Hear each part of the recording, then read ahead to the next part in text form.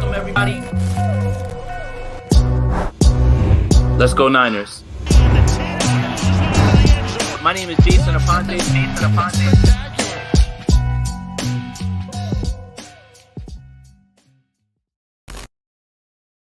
What is up, 49ers fans? Jason Aponte back in the building with a member of the Fourth and Goal podcast. And usually that's Javi, but actually it's Fernando, Fourth and Goal podcast, man. Does a bunch of great work, man. I'm happy to have him on, man. Fern, what's going on, baby?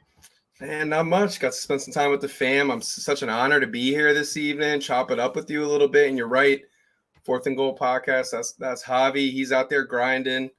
So you know what? I'm here. Let's talk some football, man. I'm excited. Yeah, for sure. And for you guys that are coming in, let's do a little housekeeping. You guys know the deal. Make sure you like this video, subscribe to the channel, hit that notification bell. 7 days away from training camp reporting and 8 days away from training camp practice. Amazing time, exciting. This is an amazing time for the content. You don't want to miss out on what we've got coming up. So speaking of training camp, Ian Rappaport just went on NFL Total Access and gave us an update on the favorite topic of 49er fans, Jimmy Garoppolo, and says that he's been throwing for 4 weeks and says that he should be cleared in mid-August.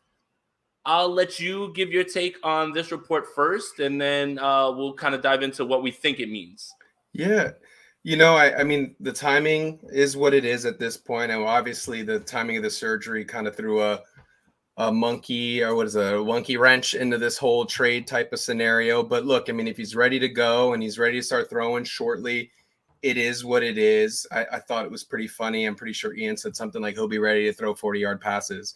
And then I thought, well, when's he throwing 40-yard passes? So everybody's so snarky about that. Yeah, part. I know. I listened to it and I'm like, okay, whatever. But look, I mean, at the end of the day, let's get this guy healthy, and what he deserves is at least the opportunity to go somewhere and make a move and be somewhere where, you know, he's able to help a franchise, because I don't care what anyone says, it's Trey's show. And I highly doubt that this guy is going to be here much longer than what he needs to be here. So let's get him right. Let's get him throwing, and let's turn the page. Like, let's get him out the door. I mean, what do you think about this timing in August? I mean, is there anything that jumped out to you from it? Yeah, especially the timing. I think that this was a nice way for somebody's playing PR games, whether that's the 49ers, whether that's Don Yee, but it sounds like they told Garoppolo, we're going to excuse you from training camp. One, you don't bring him there because if he passes his physical and suffers a season-ending injury, all of a sudden he's on your roster and now you owe him that money. Two, it's just annoying for Trey to have that in the background, right? Like, I want to go to camp next week and cover camp and not have to talk about Jimmy did this and Trey did this. We are just going to be solely talking about Trey. So I think that somebody's playing PR games, whether it's the 49ers, whether it's Don Yee, but I think that they've already told Garoppolo, we're going to excuse you because we need to turn this over and turn the page. It is. And I agree with that 100%, Fern. So yes, it is time to turn the page. And for people that were snarky, like, well, this was always the plan. Well, nothing has gone right this entire offseason. So I don't blame people for being somewhat hesitant to just say, well, this is what they're going to do in terms of getting rid of Garoppolo. Who the hell knows what's going on? So this feels like a nice way for Jimmy to say, this is why I'm not going to be at training camp. But it feels like somebody already let them know, hey, you're excused, in a nice way and in a way that looks good for both parties. It makes a lot of sense to do it this way. I mean, Jimmy deserves the best. And I know a lot of people crack jokes here and there about Jimmy, but he deserves the best. But for both parties, for both quarterbacks' mental state of mind here, they both need to move on. We've got to commit to Trey, and we've got to put Jimmy in the best position possible moving forward, for sure. For sure. And shout out to everybody in here. It's if I sound a little bit more excited, is that I'm so tired from this offseason, because this offseason has gone on for 12 off seasons. And now all of a sudden we are looking right at the finish line at this point. So and close. Now it's going to be actual football, things happening, camp battles, which is what we're here to talk about. And we'll get to that portion of it. I wanted to talk about something else. Good friend of mine, good friend of everybody, a great content, better person, a great content creator, better person. Brad Graham interviewed Mike McGlinchey today. And if you haven't watched that, I implore you guys to head over to his channel and check that out. Mike McGlinchey has been a hot button topic because one of the big training camp battles is offensive line, and Mike McGlinchey always seems to stir up the strongest of opinions. That's the best way I could put it. But Mike McGlinchey, I think the concern wasn't necessarily that he's going to be there at training camp, but he gave I guess it's a ringing endorsement of his own health, saying, I am 100%. I feel better than I've ever felt. And sure, everybody, this is in July, in August. It's either worst shape of your life or best shape of your life. You're either Leonard Fournette showing up 30 pounds overweight, or you're every other player who says that they're in the best shape of their life. But Mike McGlinchey, how important is he, and how good is it to hear that while he was talking to Brad? He's extremely important, man. I mean, he's taken a lot of slack even before the injury, but he's vital to this offensive line. And I say that more or less because when we start talking about camp battles and where we're at on this, I think the offensive line is one of those parts that really stick out to a lot of people as a part of this team that, what are some of these question marks? There's a good amount of question marks, and who's going to go here, who's going left guard, who's going right guard, center, how's this all going to play out? So Mike McGlinchey being healthy, confident, ready to go out there, I mean, he helps kind of shore up some of those question marks, but that's a part of this team that will be interesting how things play out from an offensive line. So I'd love to not have to worry about Mike. I like, the comments that he said, but like you mentioned, at this time in the season, that's what people are saying. Everyone's Javon Kinlaw saying he's probably feeling amazing. He's ready to go kill it.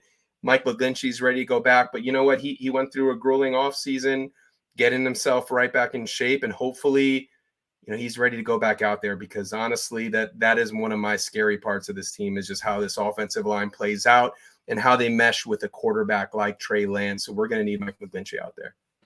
Yeah, and I think that, again, to a point that I made last night on Spur Right Option, we did our offensive line preview. There's bodies here. In terms of depth, there's bodies, but there's question marks around those depth pieces. And I think, and now the two things that we know for certain are Daniel Brunskill at right guard and Trent Williams being the best in the world. Right tackle, we know that he's going to play, but in what fashion, what percentage of Mike McGlinchey? When we had Dr. Narav Pandya of 95.7 The Game, he talked about him hitting his milestones. He expects him to be a training camp and play, but in what capacity? And he said he would see a dip in run blocking, but his pass blocking would be good due to the nature of his injury. The other thing that is kind of the elephant in the room when it comes to Mike McGlinchey is he's on his fifth-year option. So this is it. You have to figure out what you're going to do. Is he going to be your guy going forward? If not, how do you replace him? And the doc also alluded to the fact that he might be 100% by the time he gets to that next year. So the 49ers are in a bit of a tough spot here. But again, I don't think that it's going to be too wild to replace what was done with Tom Compton when you look at the raw numbers from Mike McGlinchey, who was actually playing much better last year than what people gave him credit for. So in that fashion, all he has to do is be a little bit better than Tom Compton. And that way, if that's the positive way you want me to spin it, I will spin it that way. So those are the three guys. I think the other two are the ones that you will get into definitely. I think that's probably the focus of training camp battles, and we're going to find out. But yeah, with Mike, I'm a little bit more bullish, and then to hear him say that, you know what, it fits my narrative, I'm going to take it, I'm going to run with it, and I'm just going to say that. But just a side note, of his comments. I mean, to hear the guy say that 5% of what was his tendon was attached to his quad and knee. 5. I mean, that's 95% wasn't. Like, right. My God. I mean, he's looked at that as a silver lining and everything, right. But that's scary for a guy who's got to be able to bend and do the things that he's got to do. That's a scary position. So it's key. Like you said, we've got bodies. How quickly are the 49ers willing to push him along through this process? And what type of Mike McGlinchey are we going to get? How explosive is he going to be off the snap? And that's crazy because he said he injured in training camp and tried to play through it. And he said the medical staff kind of told him it's eventually going to tear off, which really stuck out to me. It's like, what? Like, Are you guys like protecting him? But that's a story for another day. Let's talk about what he said about Trey Lance. Look, you listen to Fred Warner on Rich Eisen's show, George Kittle, anytime that there's a microphone in front of him, Jerry Rice, all these people, they have glowing things to say about Trey. Mike McGlinchey was really excited. If you guys want to watch the interview, go over to Brad Graham's channel, the SF Niners, to see. had some glowing things to say about him. And now when we get this news today that Jimmy Garoppolo will not be at camp since he will be cleared mid-August, the earliest, starting to feel like everything's kind of trending in that way because nobody's mentioning Jimmy Garoppolo as a potential starter. Nobody's mentioning the fact that he's still on the team. Everybody keeps continuing to talk about Trey. Now, they're being asked about it for sure, but none of them have given any pushback about that. What are your thoughts on what Mike McGlinchey said? Look, I love any leader of the team, any veteran leader, I should say, between Mike McGlinchey, Fred Warner. I mean, this is the future. I mean, this is our future. And to have the guys that are going to be in the trenches with him talk so glowingly of the kid, what he's got between the eyes, mentally, his poise, how he works, his confidence moving forward. And it's just nice that he's in this position with these types of leaders that we have because he's dealing with a lot of shit, a lot of noise outside. So be able to have these types of leaders come in here and really, stand behind the rookie, especially in an interesting situation, right? With Jimmy moving out and Jimmy having a lot of those leadership capabilities and having that team kind of rally around him as well. But to be able to move forward and have these leaders really get behind Trey, that makes me feel really good. I mean, I'm really excited about him to begin with, but to have a guy like Mike and Fred just really put their seal of approval on the kid and the work he's putting in makes me feel really, really good. And I can't wait to hear what you say when you're out there watching him throw some balls. I mean, I'm excited, man.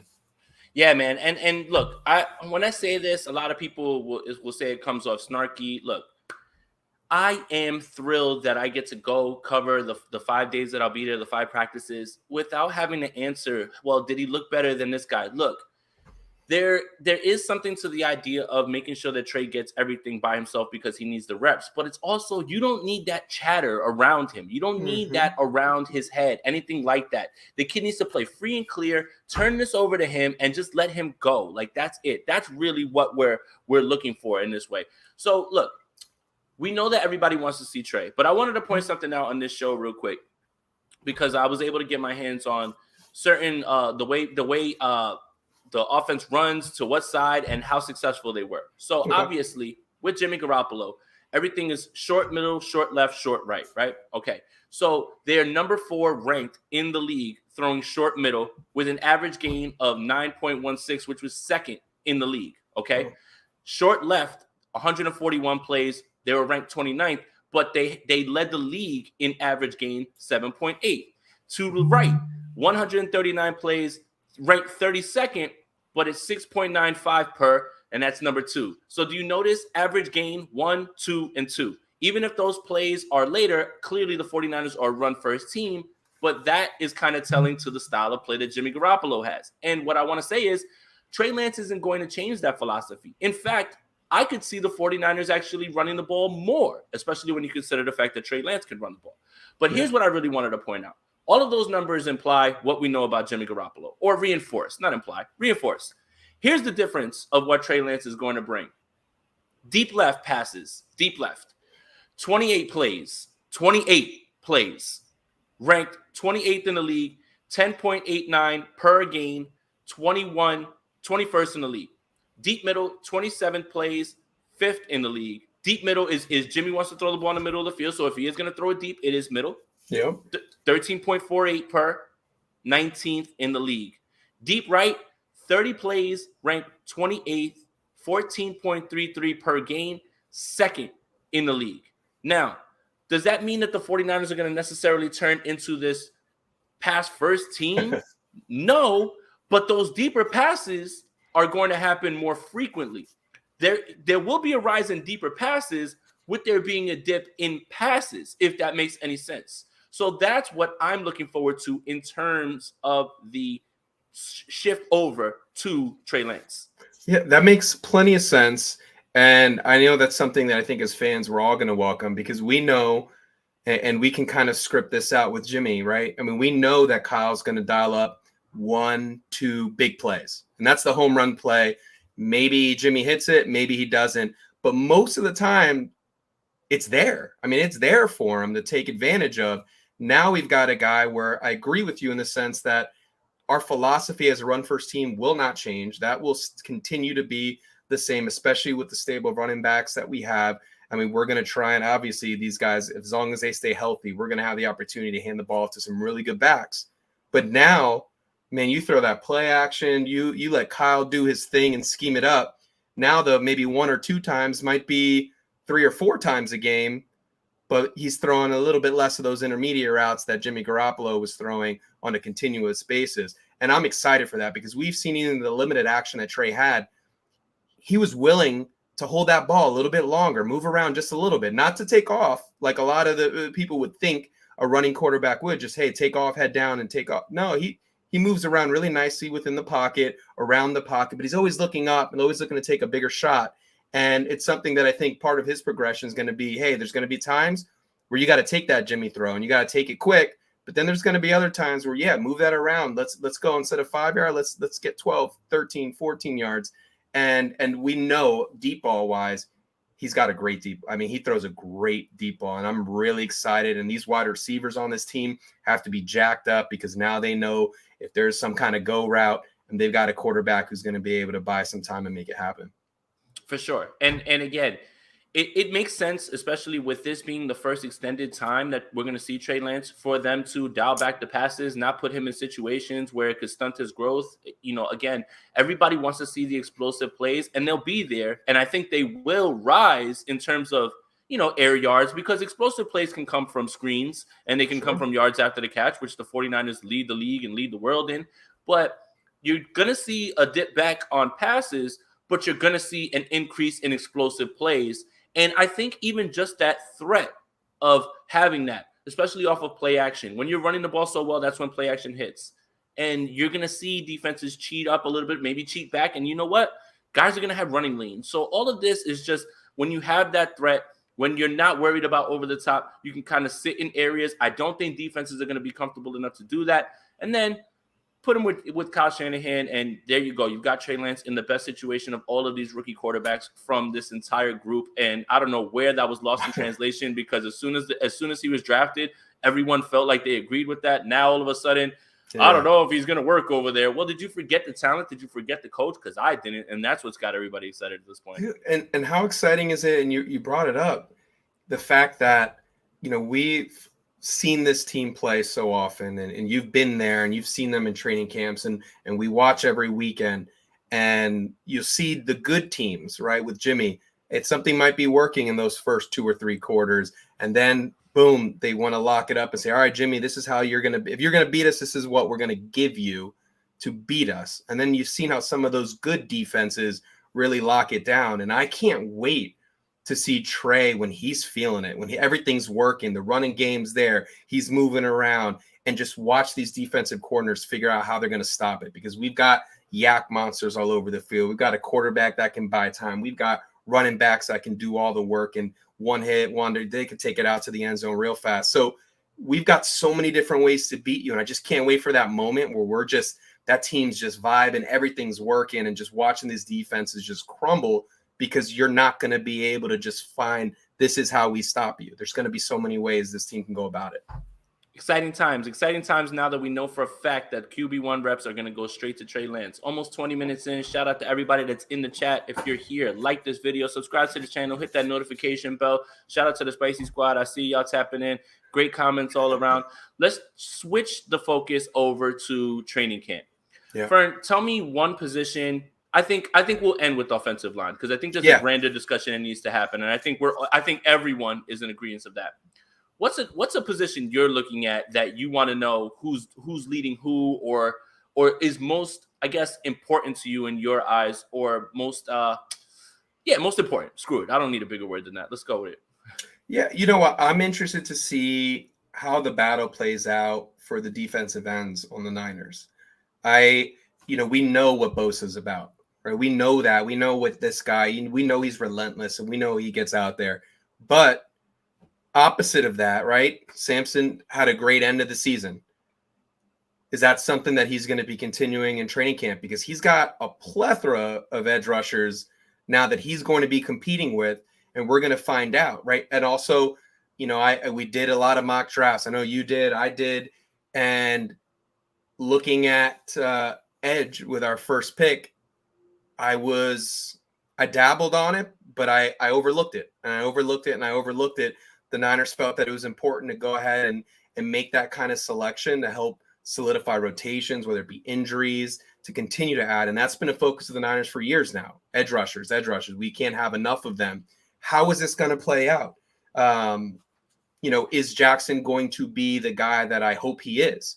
Is he going to push Samson? I mean, these guys, there's a lot of names on here that look real nice, but who can actually complement on the opposite side of a Bosa? And that's what's going to be interesting. Who can do it at a level that they stay and remain consistent and really threaten quarterbacks snap after snap after snap? Because we know what Bosa is about, but can we get that consistency on the opposite side? I completely agree with that. And I think it's going to be a plethora of guys. Like you said, it'll be a little bit of Ebukam who came on at the end, maybe Omenihu, maybe, Torre, maybe, Drake Jackson will fill in. I think that Drake Jackson is more suited right now for third downs, obvious passing downs, things like that, while he learns how to play the run better and while he gets in his bag in terms of power moves and things like that, because he went with finesse and bend right now. But I think the other underrated aspect is having that edge rusher that's there, so you can keep Arik Armstead inside because of how good he dominated, man. And he was great at the end of the year. So if Arik Armstead is playing so well on the inside, you get something out of Javon Kinlaw, which I think he's going to be fine. When he's there, he's a run stuffer. Maybe he needs to add more for his pass rush bag. I think it's coming. I'm optimistic right now in July. But I think it's more about finding that consistency at the edge that you talk about, but keeping Arik Armstead in that inside where he flourished at the end of the year, and it would be a menace against guards or inside offensive linemen. So all of that stuff. And I think that nobody's really talking about this portion of it, Fern. So I'll give you that. Everybody's worried about offensive line, strong safety, running back. What's going to happen with Trey? Wide receiver. Nobody's really talking about this portion of it. And I think that it might be a good thing that we're not, because of Chris Kosurik, because they continue to find answers. They continue to find a way to get it done. Chris Kosurik, they find guys, they bet on their traits. Chris Kosurik gets the best out of them. So happy to see him there. And if you guys have ever been to a training camp practice or any sort of practice, anything like that, that man, you can hear him everywhere. He could be on the other side field, and you will hear that man yelling. His energy is infectious, and those guys played with that same energy. Look who's in the building. My God. It's Javi. Yeah. So, yeah, I think that that's a really good call there with that one, because I feel like nobody's talking about that at that portion. So, yeah, I mean, again, you go for it, man. No, just even another thing on that is, and I've mentioned it with Javi on the 4th and Goal podcast, it's Nick Bosa's play, his style of play. I mean, with the tenacity and relentless pursuit that he brings on every single snap, and that guy's going to need a break too. I mean, you can't count on this guy to have as many snaps as he has had when he is healthy. I mean, this is a guy that he's had some injuries, and you want to be able to extend the longevity of his career. I mean, you want to be able to do that. And by having a stable of edge rushers, now you can give this guy some breaks here and there, and you can go ahead and when we're up on teams, you can pull them out and still be able to generate a really healthy pass rush. So I think although we don't talk about Nick and it's always the opposite side, in general, it's also we can take some of that wear and tear off his body. And I think that's big time, especially because he's signing a big ass contract that's coming down the line. So let's make sure we keep this guy healthy as shit and as healthy as we can possibly keep him. Why you can throw a little out there. You're good. The kids are in bed, man. I mean, right. Especially on the East Coast. But yeah, absolutely. And it's about being efficient, right? And not wearing those guys out. That's another good point, Fern. Thank you for that one. So let me tell you one that is a little bit more of a hot button issue. And I'm not sure how it turned into a hot button issue, because players, there's concerns everywhere for certain players, especially on the offensive line and guys who haven't had extended reps. But whenever you voice concerns about this player who seems to be stepping in, it's automatically you're hating. And that's strong safety and Talanoa Hufanga. Look, there's no question that everybody knows that I am one of the people that value Jaquiski Tartt and what he did here, sure. Right? But when you voice concerns about Talanoa Hufanga and what he can do because you haven't seen it for too long, you're hating. But if I tell you I don't know what Aaron Banks is, I don't know what Jake Brendel is, I'm not sure what Drake Jackson will be, it's, well, you got to let him develop. But nobody ever really pushes back on that as much as when you say, well, Hufanga needs to clean up some things on coverage. Hufanga needs to do things a little bit better with his assignments. Oh my God, will you stop hating? Stop letting the kid what is it about Talanoa Hufanga that has 49er fans so riled up that you can't even say, not that I think he's going to fail, is I have concerns just like I do with many other players on this team.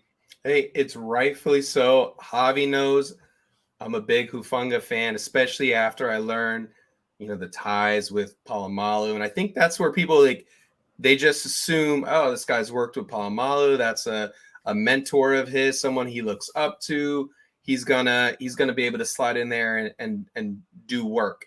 And look, I think there's a lot of really, really nice things about him. I think though the speed's not off the charts, he always finds a way to be around the football. I think he's instinctual, very instinctual.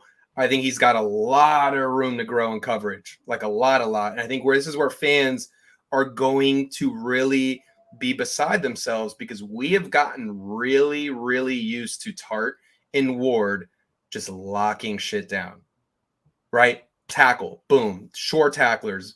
They're able to make the plays. And we get a lot of complaints about turnovers and interceptions and this and that at those positions, at the safety position. And Hufanga is going to be a highlight guy. He's going to lay people out.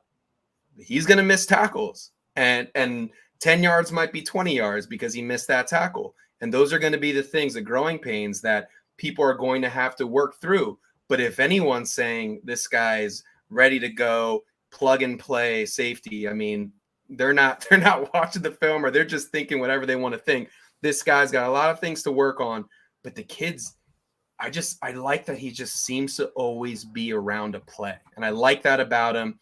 But tackling is going to be something that I'm going to get nauseated over, because he takes some really bad angles and takes some really bad approaches on some of these players. So let's see what kind of growth we see from the kid. But that's my big question mark from him. But he's something. I mean, he's kind of an enigma, man. I mean, nothing really jumps out to you off the charts, but he just finds a way to make plays. So we'll see how this season goes, but he's got massive shoes to fill to be able to say and replace a guy like Tart, who, like I said, I mean, if he wasn't putting out highlight reels every week, the guy played his position as good as you could play that position and lock shit down. And people underappreciate that for sure.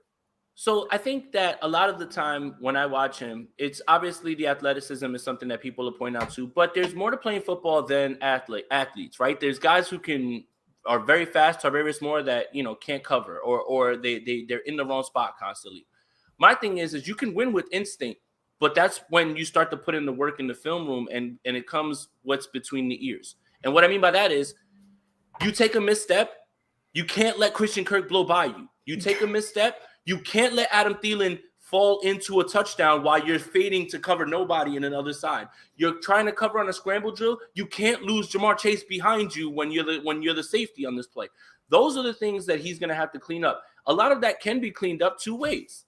One, get in the film room, understand what route concepts they're running at you, how they're going to attack you, try to beat them to the punch in that way. You don't have to be fast to do that. And also, Jimmy Ward is going to do a ton to clean up things on the back end. And I think that's going to help him a lot. One more thing that a lot of people aren't really discussing is DeMeco Ryans knows what we know. I mean, if we see that, I would imagine he sees that. Put him in spots that he can win. Put him closer to the line of scrimmage. Have him not so far out by himself. You can hide him a little bit in single high, but you can't keep doing that, because then they'll know where to go to throw the ball, right? You drop Jimmy Ward down and have him cover a slot guy. In too high, it gets a little bit more scary because you can easily identify him, and that's where he's going to have to grow. But the 49ers are going to give him every single opportunity to win this job. So for better or worse, we're going to have to take the lumps that we're going to take with many players that are stepping into their first extended time in this league, like the quarterback, like Drake Jackson, like many of those guys. So I'm not ready to write the kid off. I'm just saying that when you voice a concern, someone says, oh my God, you're hating, and why are you not letting the kid play? I just voiced the concern. That's all. Like, I'm not rooting for the kid to fail. Plus, it's very, very likely that he's going to be the starter. All indications are that he's going to start a strong safety. So there's ways to clean it up, and there's ways to win in this league without athleticism, and that's what he's going to have to learn. The other things are, in the Monday Night Football game against the Rams, he's on the field, and the first play of the game is him with K1 lined up, both showing blitz. Only one's supposed to blitz, the other's supposed to drop. the blitzer was supposed to be K1. Both of them blitz, but Matthew Stafford's looking right, so he incompletes a pass there. But if Matthew Stafford takes a peek to the left and he's not so focused on that, that's a 45-yard gain that starts that game off because that guy is streaking down the field. I think it's Van Jefferson. So those are the things. It's like play with aggression, control that aggression, understand your assignment, and if I could quote the boring and goated Bill Belichick, just do your job, man, and I think you'll be fine, I think, at this point. So, yeah, it's just about concerns. It's not about me projecting what I think he'll do because that's a little bit too harsh. The same way that I get on people about Trey Lance and saying you can't project. Don't tell me he's going to throw for 5,000 yards and 40 touchdowns. Don't tell me he's a bust. It's hard to project these things until we start to see it in extended time, and that's where we have to get with Hufanga. It's just I don't understand how this became such a hot button issue with so many people, and it's tilting. You're on either one side or the other of it. There's no gray area with it. Yeah, and I love the kid, and I just think he's got a lot of things to clean up. I mean, I think he offers a lot. I think he's an extremely talented player, very cerebral, can read things based on his background. He can read the quarterback really well. That's why he's always around the ball. I think north to south is really good. But when he's going a little east to west and moving around and the angles he needs to take to kind of help handle things on the inside over the middle, I think sometimes he'll take some of those bad reads. And mind you, it was his rookie year last year. I mean, I'll give the guy some slack again because he's a guy that I'm really hot on. I think he's going to be a great player. And I think he will be a steal of a draft and be one of the many 49ers that people talk like, damn, these guys are picking some really nice diamonds in the rough, man. Yeah, absolutely. And this is all going to play out in the weekend. That's what makes it so exciting, man. Yeah. Like I'm ready to go, man. Like we're here. Like we're really on the preface of football, like actual football. So 32 minutes in, guys. Make sure you like this video, subscribe to the channel, hit that notification bell. Make sure you follow my guy. Let me see if I get it right. Yeah, on Twitter, and make sure you subscribe to the Fourth and Goal podcast anywhere that you get your podcast, and on YouTube as well. So let's shift gears from strong safety to nickel corner, because I think that's another thing that I think people are either not as worried about or just not discussing. So, Fern, what are your thoughts early on with nickel corner, and what's your read so far on the way that they've moved? Man, for me, that's a tough one because I've even looked a lot of things online, and some individuals assuming, was it Denard and Womack as opportunities for nickel. And I think there'll be some opportunity there, but we got to remember, I mean, that's a room that's deep. I mean, that's a deep room. And I don't think I'm not sure if one of those guys ends up being the starting nickel cornerback for the 49ers. I'm not sure, to be honest with you. I look at the team and I look at where we're at from top to bottom, and is Womack ready to go? How is he going to mesh with the guy like Jimmy Ward? I mean, we've got so comfortable with the Shark being there, and this will be a very interesting decision. And I don't know if it's something that is spelled out already, because I look at where we're at. How many is it? 11 players at corner, and we might take half of those. I mean, that's a interesting place for us to be in as a team. Who ends up making this? And I don't know. I mean, you look at Charvarius Ward. I mean, you're talking about a number one corner. Is Mosley number two? Possibly, right? Then you've got Ambry Thomas. Has he made enough strides where you're saying, hey, is he competing for number two, or is that E-Man's already? And then at that point, then who's going to slide in there? Because there's a lot of ways we can go about this, and I don't know if it's as easy as I saw an article that was talking about Denard and Womack as those potential nickel corners. I'm not sure if it's one of those guys. I think it may be one of the rooks from last year that might slide in there, and who knows? It'll be very interesting for me, because I think that's a big question mark of mine, and I'm not sure who's a really good fit at this point, because those are big shoes to fill the Shark shoes, man. I don't know. What do you think? What do you think's natural for this one? This is an interesting position. So right off the bat, I think it's going to be Denard who's going to get the first shot. And the only reason that I'm saying that is because Kyle Shanahan has shown a tendency to say, I don't care if you're a rookie, I need a veteran. And what I'll point to is Josh Norman, Demo Lenore played for a little while. Once you make a mistake in the Philly game, you're out. Like, that's it. You don't play anymore.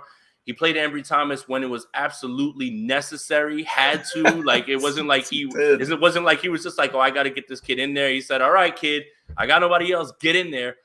I think Denard's going to get his first shot. But let me lay out perfect world scenario.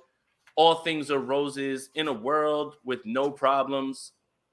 It would be Charvarius Ward at 1, Jason Verrett at 2, Manuel Mosley in the slot. That's a dream scenario right there. And why I say dreams is because dreams do come true sometimes, but most likely you wake up and it ends at the best part. So they're going to give Verrett every opportunity to come back. I'm not certain that I would be banking on him when training camp starts in 8 days, but that would be the ideal scenario in week 1. Also, Jason Verrett would need to get back into shape a little bit. He doesn't really need to play in the preseason, I don't think. If anything, you're trying to protect him and not have him out there more often than not. But Emmanuel Mosley slides right into that slot and plays very well. I think Emmanuel Mosley, if Jason Verrett's not there, I think Emmanuel Mosley is too. Like, that's locked in. He was the best corner on this team last year, hands down. And I think this presents an interesting group for the 49ers because a guy who had many playoff reps, snaps down the stretch is going to be considered depth at this point. Ambry Thomas is not going to play over Ward or Mosley. And that's an insane place for this room to be in, especially with so many question marks last year. I think they're in a much better spot when it comes to corner. They'll start with Denard, who I think is pretty funny. Denard was actually, I believe, if I'm not mistaken, and someone could fact check this, was drafted the pick right before Jason Verrett, I believe, if I'm not mistaken, which is really funny. Yeah. So I think they'll give Denard a shot.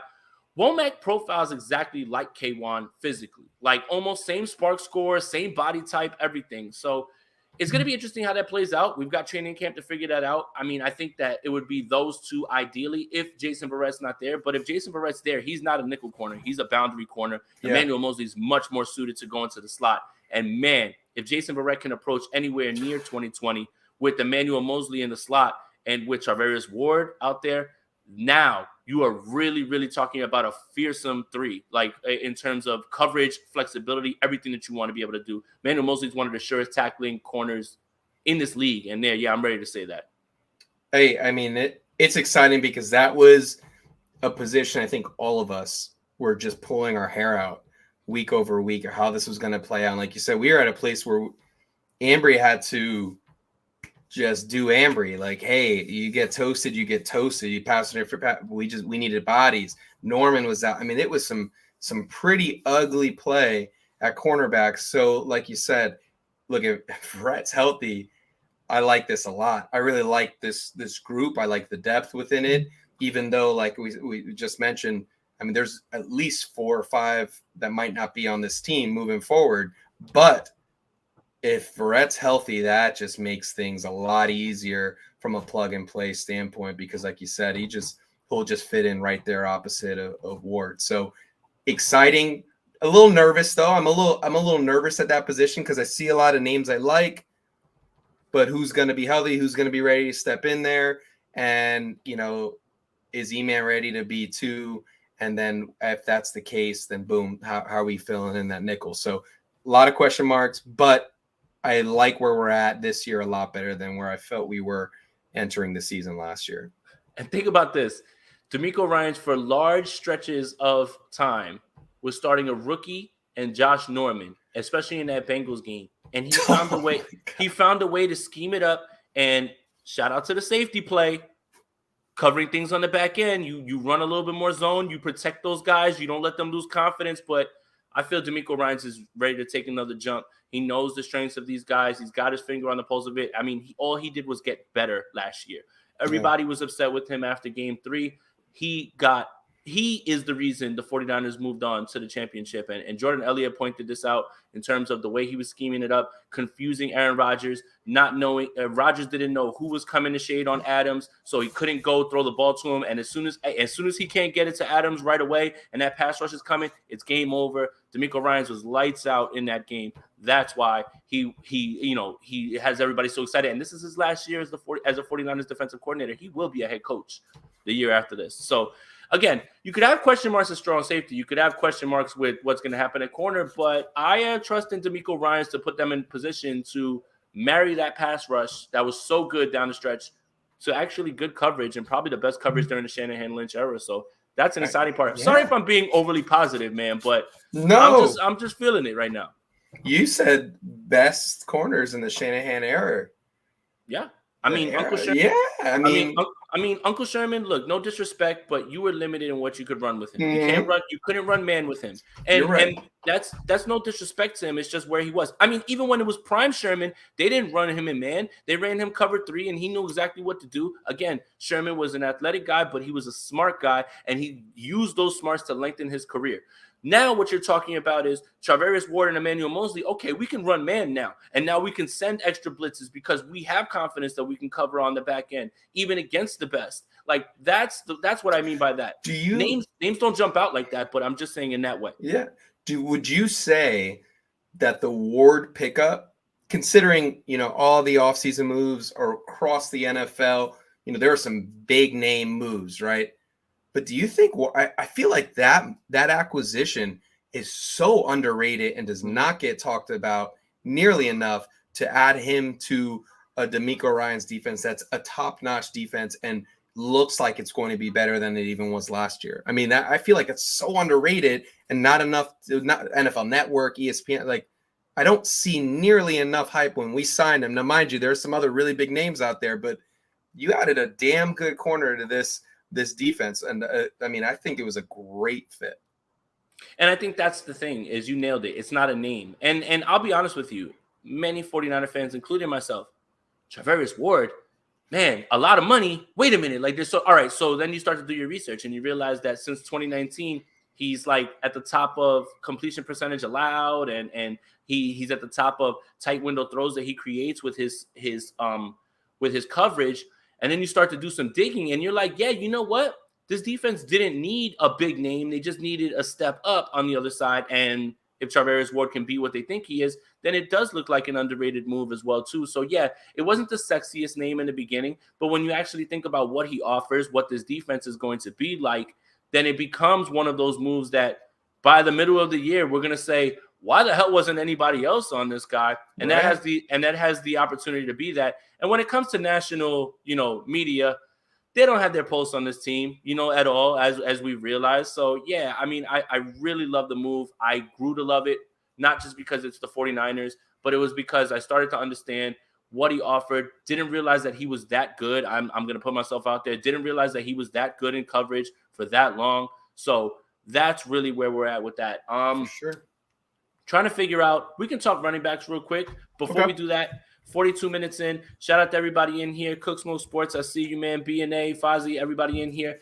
Make sure you guys like this video, subscribe to the channel, hit that notification bell, join the Spicy Squad so we could do call-ins while I'm at training camp so you guys can ask questions and we'll do all of that stuff. So let's go with running backs.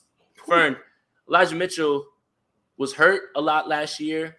Had a very good year, set the rookie record, I believe, for the 49ers, if I'm not mistaken. They drafted Ty Davis-Price. What's Trey Sermon?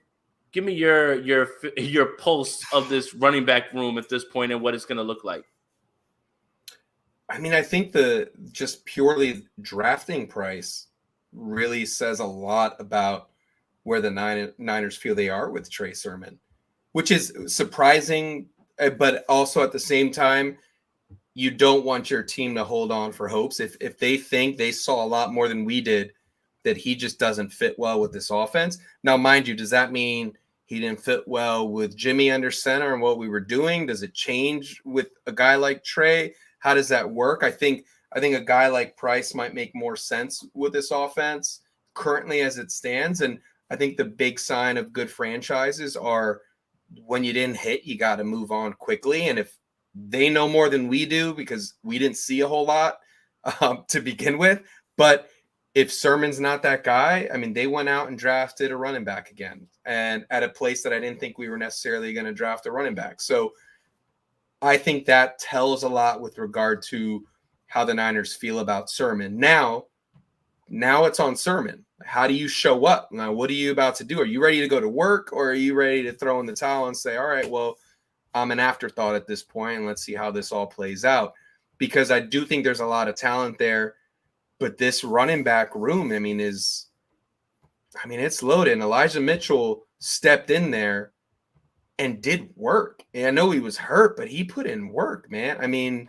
For a rookie to do what he was able to do, and you could see the big drop off. Obviously, we'd hope Jeff Wilson was healthy for a majority of the season, but Elijah Mitchell, when healthy, when he was running the ball, he was stellar in this offense. And so it's exciting moving forward, but Trey Sermons has a lot of work to do, because in my opinion, then he's probably that fourth guy looking in type of thing, looking in how do I find a way to get myself some snaps. So it'll be interesting, but I think Trey's on that outside looking in type of scenario. I don't know. What do you think?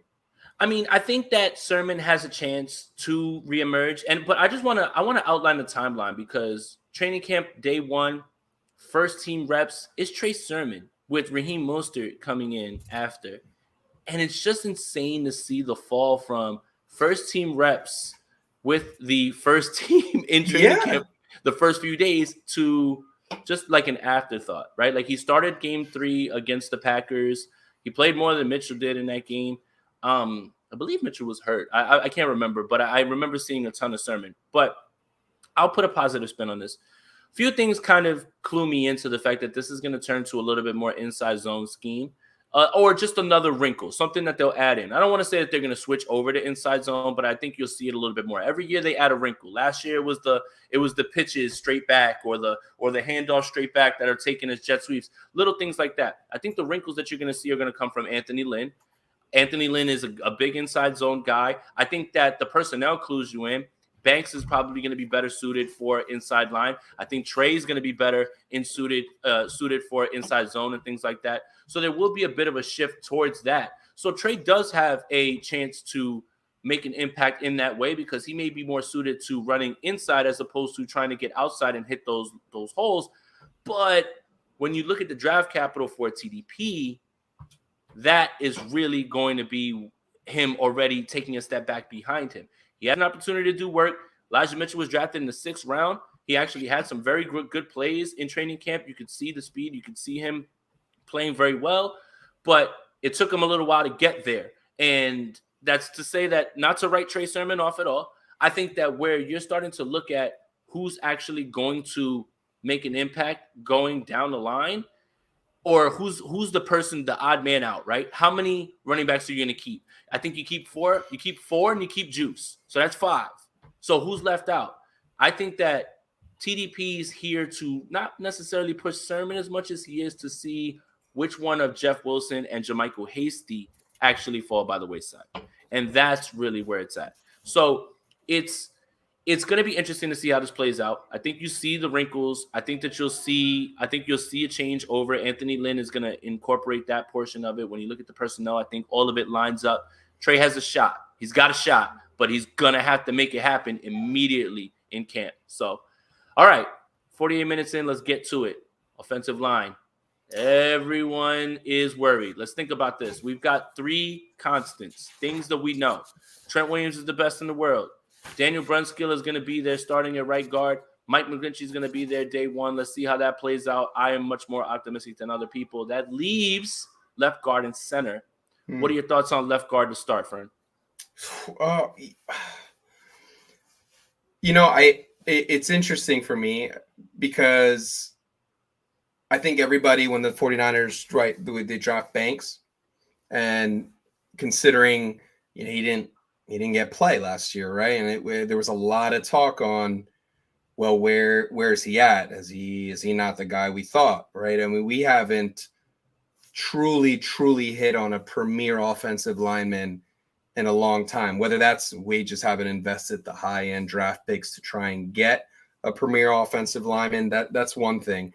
But that's been a little point of mine where I'm like, man, at some point we gotta invest something to try and go out there and get it. And that's one of those positions where I think Banks, from all signs, looks like he's ready to step in there. and be next to the best in the business, right? And lock down that left side for Trey Lance. And I think you couldn't ask for anything better. You got some big bodies on that left side, and we'll be able to hold it down. But all signs point to that. I hope, and I look at the Niners draft picks and I look like we're at, and it just looks like they really set themselves up for this year, Trey Lance, between the draft and how they decided to go about things. It looks like they really set this team up to be able to make a transition to this type of quarterback. So I like where we're at on the left side of the ball. I like where we're at right now on the left side.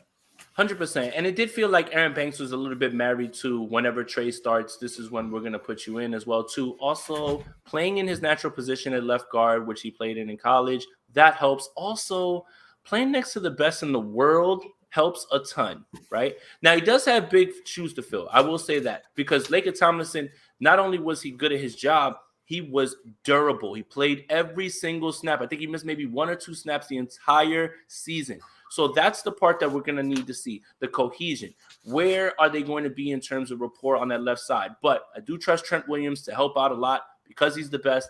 Aaron Banks is going to his natural spot. Again, positive spin. It all felt like this was all married to when Trey takes over, which is right here upon us. So center, what is your best guess right now for center, even though it seems like every position has a placeholder right now, or a leader in the clubhouse at least, right? So right now, what we're talking about is based on OTA pecking order, what people are saying, things like that. But center, what's your best guess?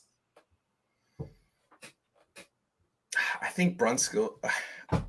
Brunskill center. Okay, go for it. Yeah, I'm not sure, man. Like there's a question, there's question marks in terms of like how we're at is where's Jalen Moore at? Like where's that growth?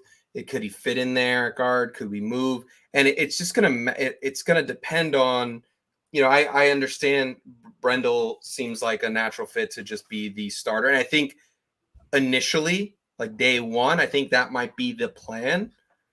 But I could see a guy like Moore really pushing the envelope and trying to get himself some opportunities over at right guard. And then that might cause a shift on that offensive line. But I'm not as comfortable on the right side of the football. Like I feel really good about it, but between Brendel, Brunskill, Moore, who's going to be center, who might be a guard, I think it's going to be who's just playing really fucking well at that moment, because I just think they've got options and they've got some depth, but I don't think there's anyone that's the shoe-in to be there. And hopefully McGlinchey's ready to go, because then that adds a whole nother, question mark to that right side of the football. I like the thought process because you're thinking outside the box. I'm just going to take the easy answer. I think it's going to be Brendel for a few reasons, just a few reasons. Like when Kyle Shanahan compliments you in public, I already think that you're going to be in that spot, because that never happens ever. Like for him to come out and say that, right? But he has the connection. He has the connection with Chris Forrester, offensive coordinator in Miami. He was there. And getting all the reps at OTAs. Another thing that people forget is that he was behind with Trey, with the backups. He has the rapport with Trey. That's going to help a ton. He's got a leg up in that way. There is a scenario that you see where it is Brunskill, things like that. From my mind, my peace of mind, I would love Brunskill to stay at right guard, continue to develop there, continue to get those reps, because you don't want him switching back and forth. I know that they love their flexibility, but you would be doing him a disservice because he needs to build on the year that he had in that way. So I'll say Brendel at this point, but you're not off on what you're saying at all, because that is part of the scenarios that could happen, especially when you consider that this team loves moving people around and bouncing them around. I mean, Cole McKivitz in the biggest game of the season of Week 18 started at left tackle for Trent Williams in the for the first time, and he played very well, right? Jalen Moore is moving around, things like that. Banks was playing right guard. So who knows what they've got going on in their head. Me, right now, I'm just going to take the easy answer with Brendel looking like the leader in the clubhouse, but it remains to be seen with training camp, and that's what makes all this so fun, I think, honestly. But like right now, the cohesion for me, and I know that you said that you're much more comfortable with the left-hand side. I would say that the cohesion that I have more comfort with is Brunskill and McGlinchey, because they're so good at passing off stunts with each other.